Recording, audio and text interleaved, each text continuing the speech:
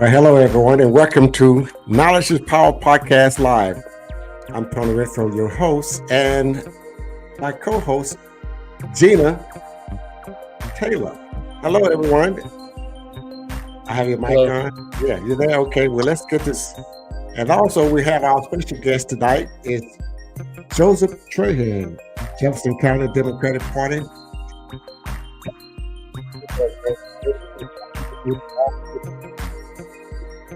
And also the big blue gala that's coming on this Thursday. So, Joe, let's fade this out and get on to it. Go ahead, Gina, you got it. Joseph. Hey, Joseph. How's it going? Long time no see. Right? First of all, thank you so much for coming. And we're just going to jump right on in. Tell us who you are and what do you do, etc. Okay. Well, my name is Joseph Trahan. I am in my second term as chairman of the Jefferson County Democratic Party. Been involved in local politics really since I returned home from college, University of Texas at Austin in 2018. Immediately went to work on a local campaign. Many of you know Nick Lamson in his county judge race. And then from there, stayed on it, went to work at Riceland Healthcare where I work today. And the political bug just bit me. I wanted to keep moving forward and trying to make a difference as best I could. So ran for party chair in 2020, a countywide race. I was 22 at the time, won the election, sworn in at 23. Into the second year of my term, I chose to resign and run for state representative, where I was narrowly defeated by 123 votes. Took a break, and then decided to file for a second term for party chair. Was unopposed, and here I am today. And so we're working diligently to support our local candidates, raise money, and get out the vote. Wow. So do you have do your family have a background in politics, or are you one of the first spring of it, or what? I'm definitely not the first, and I won't be the last in my family. On both sides. Excuse me, I was eating a Mento when we first started. So, of course, on my dad's side, my grandparents are Howard and Lois Trahan. My grandfather was a very prominent member of our community, served on the school board for over 20 years, was very involved in civil rights activism in the 80s, 90s, and early 2000s, not only for the school board, but also in the city of Beaumont as a whole in Southeast Texas. So he really helped catapult our family name with regard to electoral politics. And then on my mother's side, my grandparents are Ed and Faye Woodsmall, both longtime police officers of the Beaumont Police Department. Grandmother was Beaumont's first female police officer in '76 and had a number of career accomplishments since. And then, of course, my grandfather, Ed, had retired as a captain with a number of accomplishments during his career. So it all culminated to this point today, coming from people who left their mark on their community, were clear leaders in their respective field, and true believers in the Democratic Party, electoral politics, and making a difference here at home.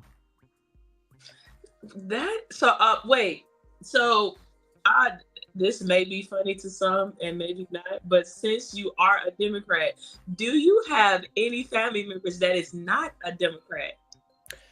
Not to my knowledge, and if any are, they're illegitimate.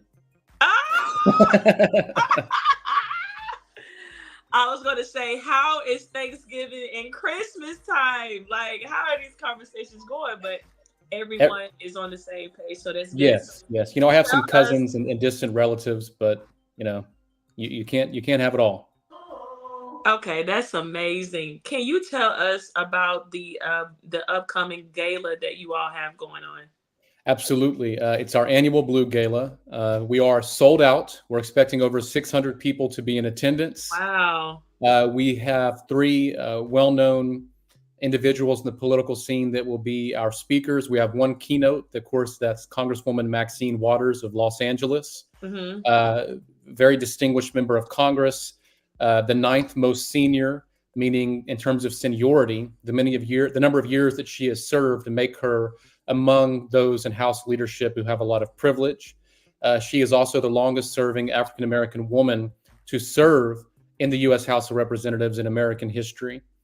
And she was named Time Magazine's among their 100 most influential people just a few years ago. We also have State Representative James Tallarico, who is one of our two featured speakers, a rising star in Texas politics, someone who is very pro-education, pro-healthcare expansion, and a very outspoken critic of Christian nationalism, particularly that which has become more prevalent in the Republican Party of today. Mm-hmm. And last but certainly not least, our other featured speaker is Amanda Zarowski, a activist for women's rights. She rose to prominence in 2022 whenever she was 18 weeks pregnant. Her and her husband wanted their child, were planning, and then there were complications. Things took a left turn, and it was clear that her pregnancy was non-viable and threatening her life. Of course, because of the overturning of Roe v. Wade, here in places like the state of Texas that are restrictive with their abortion laws and not very understanding of the very unique circumstances that exist for women in pregnancy. She was turned away at the hospital for further intervention. She ended up being home 3 days later. She went into septic shock, not once, but twice. She had to go to the hospital. She was in the intensive care unit for over a week, nearly died. Her family was flown in to see her, all because she could not undergo an abortion, simply because there was a cardiac activity. And so they wanted to delay it. And as a consequence, she could no longer conceive a child. One of her fallopian tubes is scarred and permanently closed. And so she has a lot to talk about in terms of policy that has been championed by Republicans and its very real consequences for everyday women in places like Texas. Wow, impressive.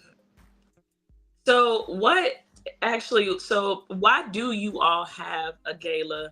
What are the funds for and what do y'all do with them? How do y'all distribute? Like what is it? This is 600 people Right. paying for not a cheap ticket. What do y'all do with all of No, these funds? absolutely. It costs to be the boss, and we're not here to play.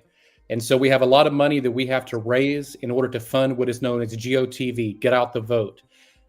Elections aren't cheap. For each of our candidates, they have to have yard signs, big and small, television commercials, social media advertising, mail outs, a fully functioning headquarters. There are bills that are associated with that, a mix of volunteers and paid workers for phone banks and block walks.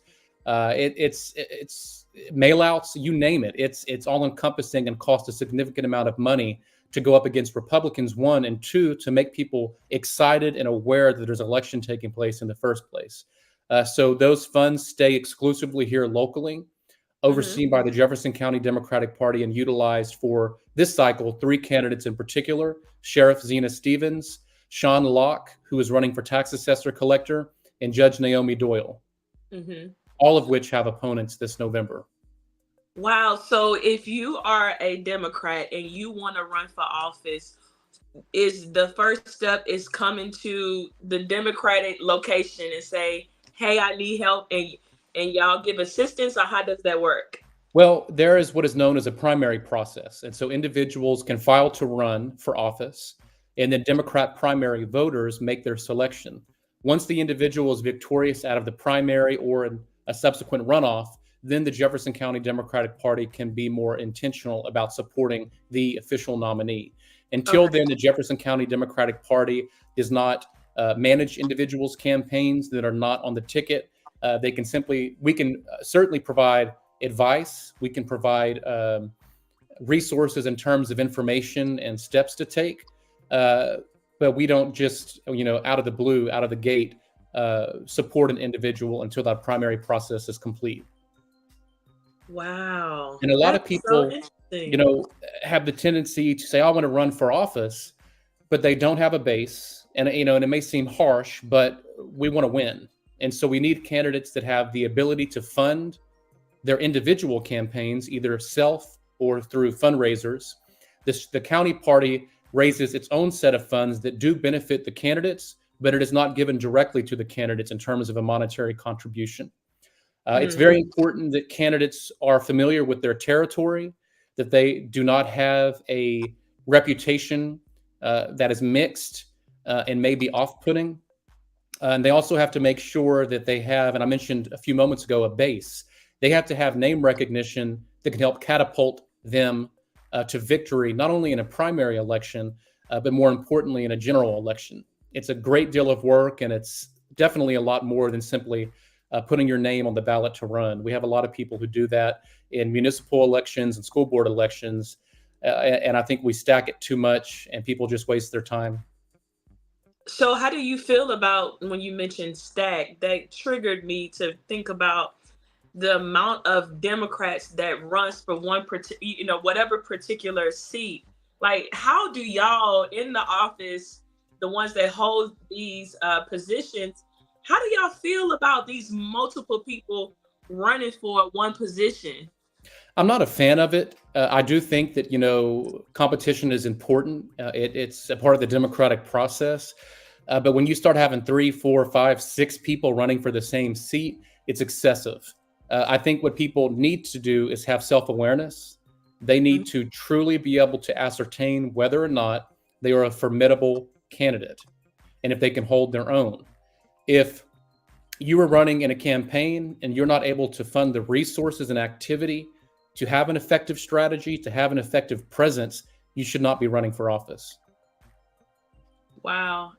We were talking about this maybe a couple of months ago about how many people that want to be in a seat but don't have what it takes to run for the position. And a lot of times people, come with this ambition and come with the right heart.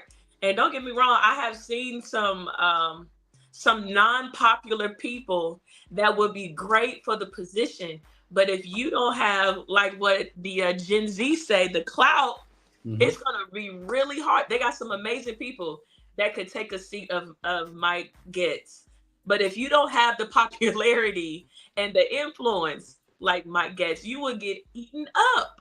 Yeah, absolutely. And that's where you have to have an awareness of, as I mentioned earlier, your location, where it is that your name is going to be on the ballot for which precincts. And a precinct, or excuse me, a ward like Mike gets, Mike has an advantage because you have a higher volume of Republicans in that area than you'd have, say, in wards, 1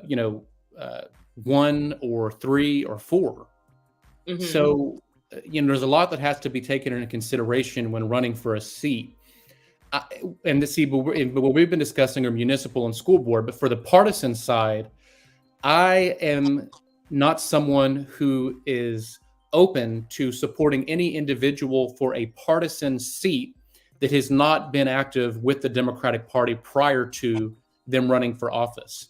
And that means being a consistent donor, being someone who is present at events and activities, who helps other campaigns and helps people to victory. I'm not a fan of Johnny-come-latelys. I'm not a fan of people who give $10 one time and they think they're going to run 3 years later and expect my support and the party's support. That's just not how politics works. And people have to be woken up to that. It's great to have ideals and ideas, but it takes name recognition. It takes walking the talk. It takes either having your own money or being able to raise it. Right. And so I highly encourage people that are considering running for office to truly build up themselves in advance of running for a seat if you want to be successful. Because my mindset is simple. If I'm going to run for an office, there are one of two things that are going to happen. One, I'm going to kick ass, or two, I'm going to give the competition a run for their money and barely allow them to skate by. Yeah. If I do not have the confidence to enter into a situation like that, I'm not putting myself in it. And I think other people need to have that same mindset. Wow. I 100% totally agree. I remember, and I talked about this before, and I would never forget this experience. When I called myself wanting to run for school board, now the seat was wide open. And it would have been a really good shot. But Joseph, when I tell you, when I got in the internal part of politics, it ran me away. I said, you know what? I'm gonna stick to saving soul, bringing souls to Christ. I'm gonna stick to preaching the gospel and counseling anybody that needs help, because this side of politics is not for the weak.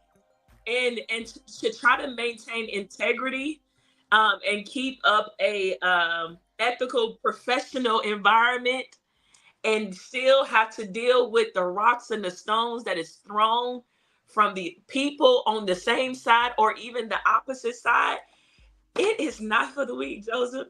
And once I seen that, I said, I chunked up the deuce. I was like, yep, I'm a support from afar. I am not a politician by far.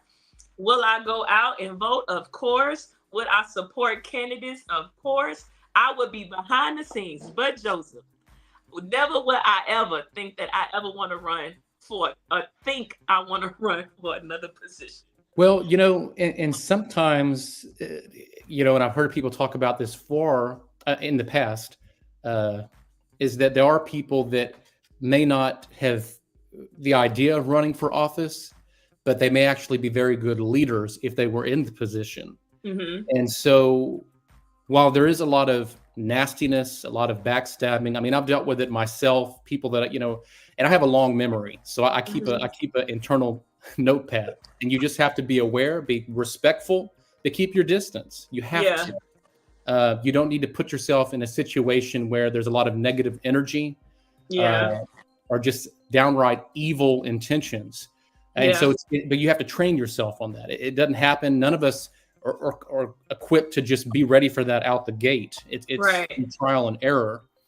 And so, if you feel that that's something you would be interested in, it's about putting in the work in advance and trying to identify key public supporters, talk to people who've been in the position before or who are currently in the position, and really getting a lot of the preparation established. And then once you have that solid base, it's then just moving forward with being more public about your intentions to run for a seat. You mentioned school board. We are in need of strong leaders with integrity to be on school board, to be on city council. And so you have to start somewhere, Right. And so if it's something you've thought about, you should definitely consider thinking about it.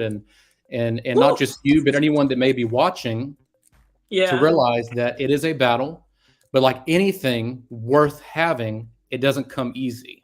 You have to work through it. So it's just a matter of patience, resolve, and being a bit of a chameleon and rolling with the punches. Yeah.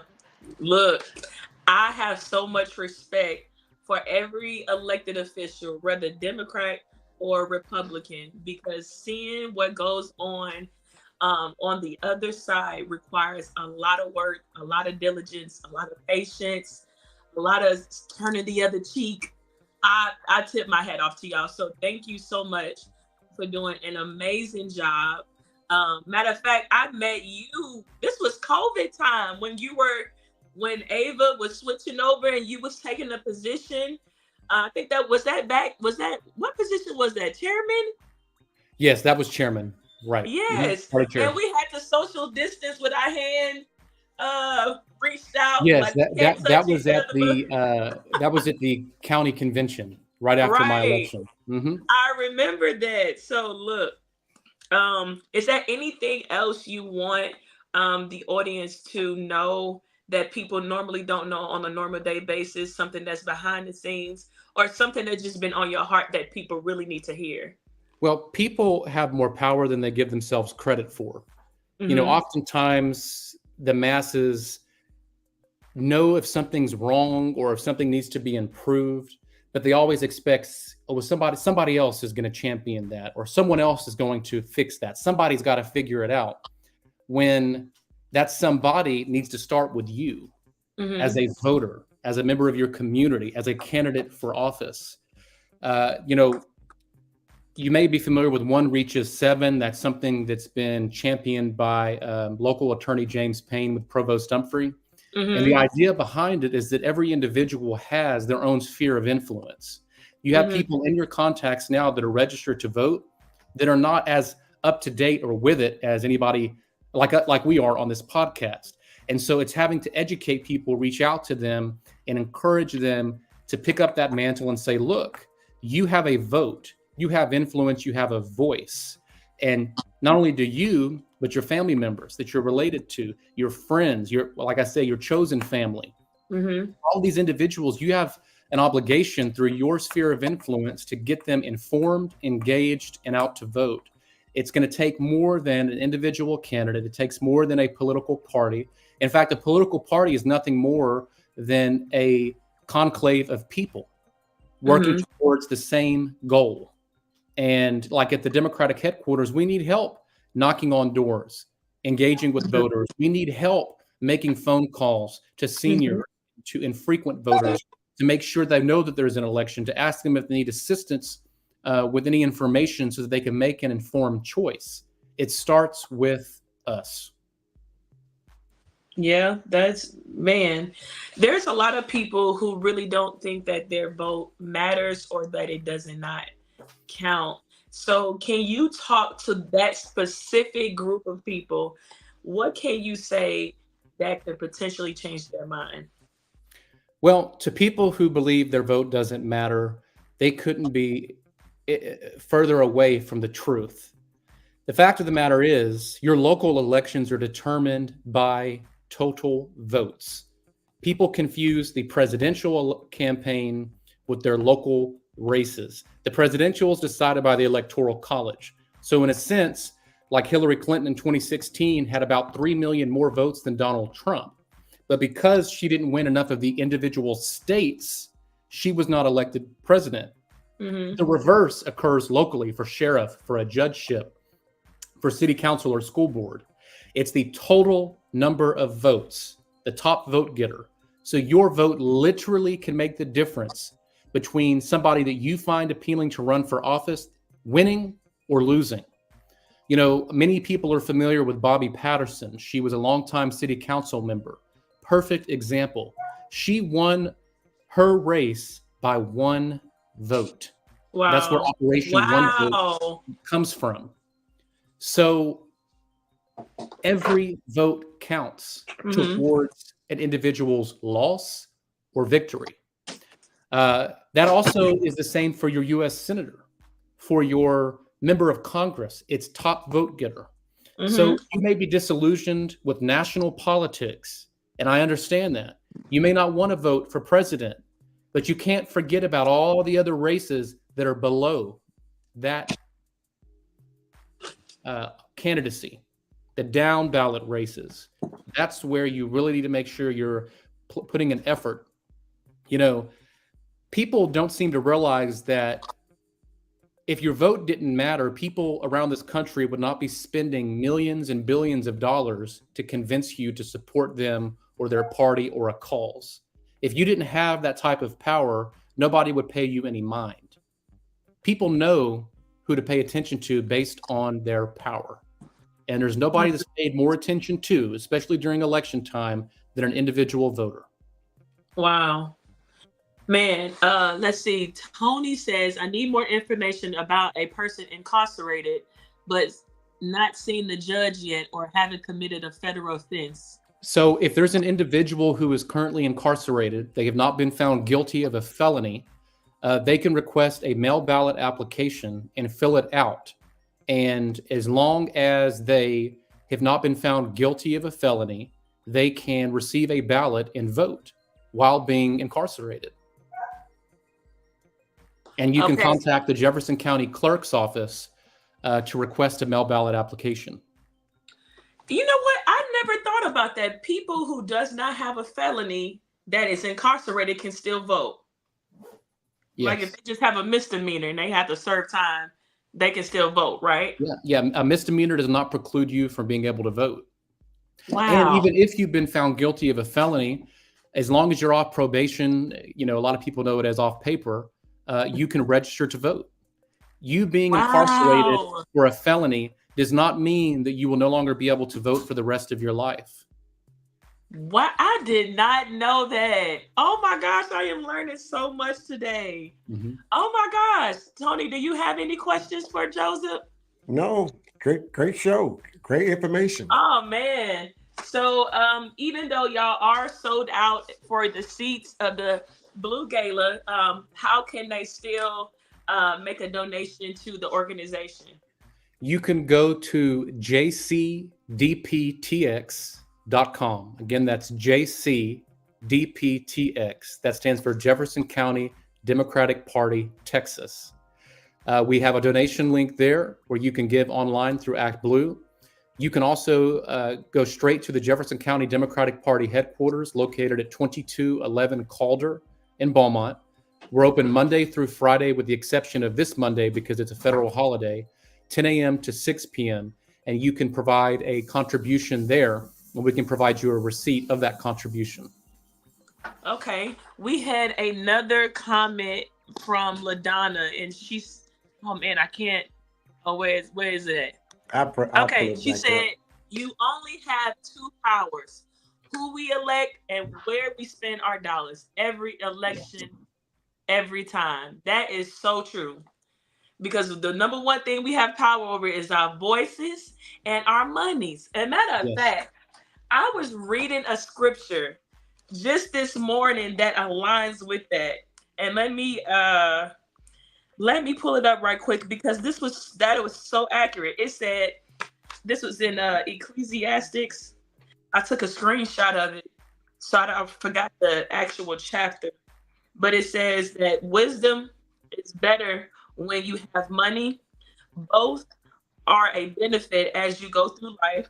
Wisdom and money can get you almost anything, but wisdom can save your life. Accept the way God does things, for who can straighten what he has made crooked? Enjoy prosperity while you can, but when hard times strike, realize that both come from God. Remember that nothing is certain in this life. So what I wanted to direct this to was how using wisdom in when you go to the voting polls, and not just selecting someone because of your favorite, because of what they look like, because of what they do or how they make you feel.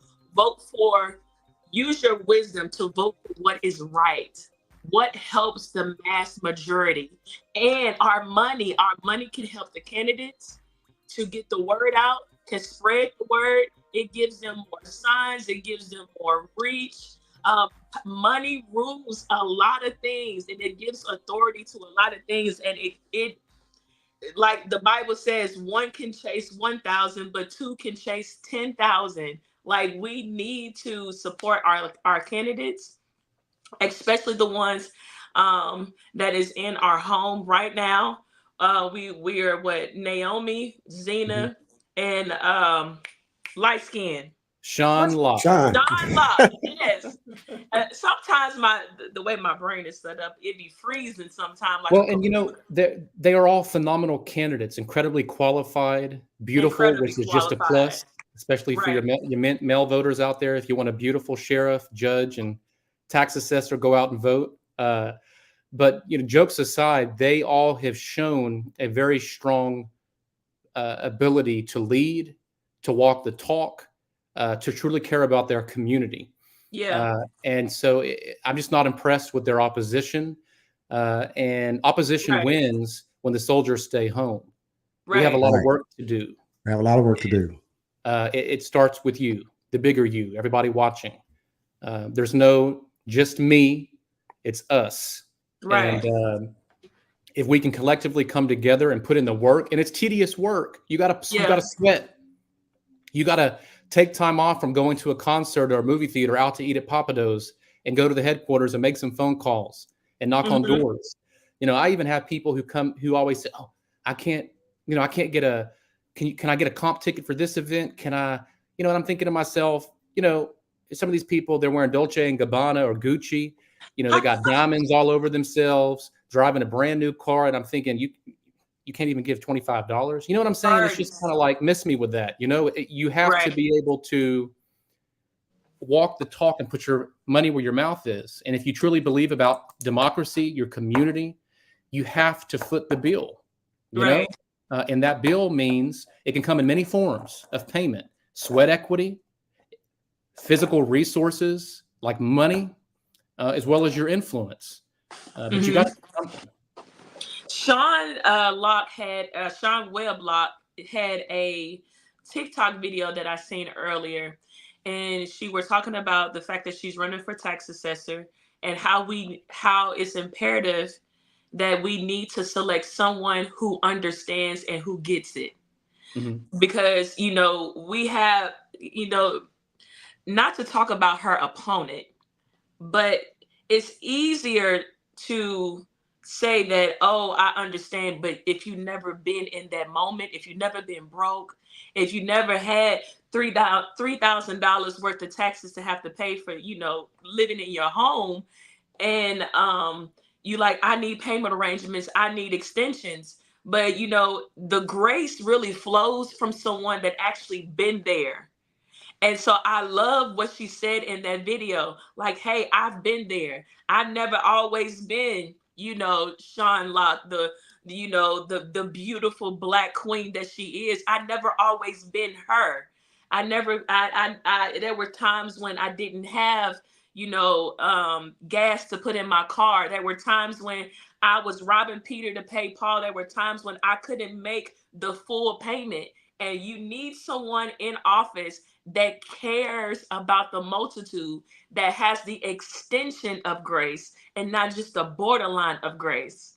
I loved when she said that in her video. I was like, okay, now I was already on for her after we interviewed her, but now more than ever, I was just like, girl, look, you talking to the masses, coming from someone who literally came from nothing. Mhm. Mother that was an alcoholic. My father was not around, the oldest of five. And I went from hood to hood, ghetto to ghetto, and to spring up out of rock and stone. I want someone that can relate. Zena and Naomi, like it's the trio. I call them the Charlie's Angels. Mm. I Yeah, am all we're for definitely it. fortunate to have them as candidates. And we're And gonna have them. We're gonna have them on in October, the month of October, and great. do a blitz with them, and so we can push that their agenda and the towards the race. Yeah, I am so excited. I think Well, this is the and most. like, Tony, you know what it takes. It's a lot of work. You've been block walking, you've knocked on doors. It's not Yes, easy, it's not easy. but It's not easy. it's necessary work. Yes, it is. Yes, it is. And Necessary these work. women do what they need to do for their position, but they have helped other candidates do the same thing. So it's not them only being out because it's their position that they're running for, but we've seen them help others, block walking for others, donating money for others, rooting other people on. I even seen them rooting people on that's not even the same class as them. Not even, it don't even have to be a Democrat or Republican in these women's eyes. What I really loved about them is that they see the heart of people, and they understand that, we may not have the same, we not may not be in the same category, but your heart matches mine. I love that about them. Okay, I'm gonna stop preaching because I could go on and on about them three. I could Yeah. really just talk about Zena because I absolutely adore Zena. I feel like she's Jesus' best friend, but that's another conversation for another day. But someone else said, Tony said, we want to complain. Yeah, complaint. We want to complain when things don't go our way, but do not feel they need to help with a donation towards a candidate. Every amount helps. If you don't support or vote, stop complaining. I say shut the heck up. He said another word, but I can't say that. And don't complain. Look, That's Tony Prater. Hmm. Prados. Yes. Tony is blunt. She is, but she knows what she's talking about, and she's been around a long time in the political game. And and I know she's done phone banks, she's knocked on doors, and she makes contributions. And I Mhm. wish we had 10,000 more of her. Wow. Well, Tony, we think I don't know you, but they do. So thank you so much. And I totally agree. It always be the main ones that do not vote or don't do anything as far as in the community to enhance it that has the biggest mouth. Yeah, That's right. yeah, that's But That's true. right. that's a whole nother podcast for a whole nother Yeah. day. Thank you, Joseph. Thank you so much, Joseph. We appreciate you Thank coming you on so board, much, and we Thank Joseph. need you the for inviting me information. When and did giving me you an apply? opportunity. Ah, Give you- Let me give you a little bit more applause. There we go. well, Tony, oh, he got it louder. Okay. Thank you, Joseph. Thank you, Joseph, so much. Thank you. Everything Okay, that let me take some of this back from you. You can't get too much of that. right. Thank you. Yeah. Thank you Anyway, for everything we that you thank you for do, everything. everything Appreciate that it. you have done. Keep up the good work. Even when you get weary and well doing, just think about these words that everyone has instilled in you and constantly telling you that you are a pillar of this community. You have been doing an amazing job for someone so young. And I can just imagine what is to come when you get older. Baby, when you get to start knocking on 30, you're going to be bad to the bone because you're going to have all of this experience to be able to instill in our youth. So I'm just excited about your future. Thank you. Again, thank you Thank you for so pouring much. into me. It makes me feel good. Yeah. I thank your parents for making you too. Tell them I said thank you. Yeah. Absolutely, I will. Your time is coming, one step at a time. Your Yeah. time is coming. And Who? God's time, in Who God's you talking about? timing, A your time baby? is coming. No, no, I'm talking to Joseph. Oh, I'm about to say. No, I was saying at his age, this is look at what he has accomplished at his age. Yeah. So when you say 30, his time is coming. It's just in God's time. Yeah. Mm-hmm. That's And all right. Now we're gonna be extended for another 30 minutes. okay, all right, You better stop. You know all how I right. get. Okay, thank you, Joseph. We thank everyone Thank who you all so watches much. us at Knowledge is Power Podcast Live. We're here every Sunday at 7 o'clock. Tell your friends, loved ones, your family. come join us. We love to have you. Thank you so much, everybody. See you then. Thank you, Joseph Trahan, Jefferson County Democratic Party Chairman. Thank you for watching Knowledge is Power Podcast Live. Be sure to like and subscribe to all Knowledge is Power social media pages.